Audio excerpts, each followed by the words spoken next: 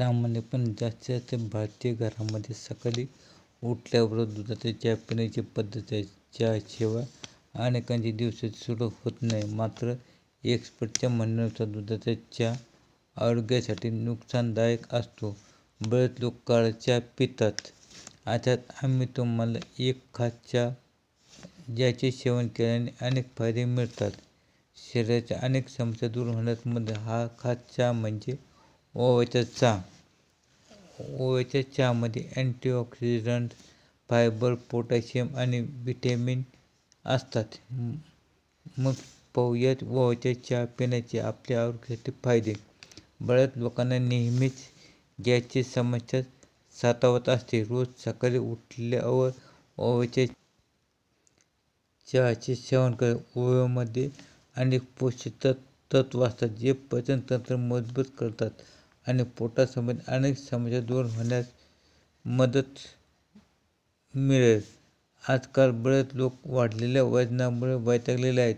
अशा लोकांनी सुद्धा सकाळी दुधाचा चहा सोडावा आणि ओव्याच्या चहाचे सेवन करावे. सकाळी रिकाम्या पोटी ओव्याच्या चहाचे सेवन केल्याने शरीरातील जमा झालेले फॅट वेगाने कमी होण्यास मदत होईल. ओव्याचा चहा पिल्याने मेटाबॉलिझम बूस्ट होते आणि यामुळे वजन कमी होण्यास मदत मिळते. आजकाल धावपळीच्या जीवनात वेगवेगळ्या कारणांमुळे लोकांना तणाव असतात. अशात ओव्याचा चहा नियमित सेवन केल्याने शरीरात एनर्जी मिळते आणि थकवा दूर होण्यास मदत होईल. तसेच अस्थमासारखे आजार असलेल्या व्यक्तींनी ओव्याच्या चहाचे सेवन केले पाहिजे. ओवा गरम असतो. अशाच अस्थमाच्या रुग्णांसाठी हा औषधाचे काम करतो. रिकाम्या पोटी ओव्याचा चहा पिल्याने अस्थमाच्या रुग्णांना मदत होते.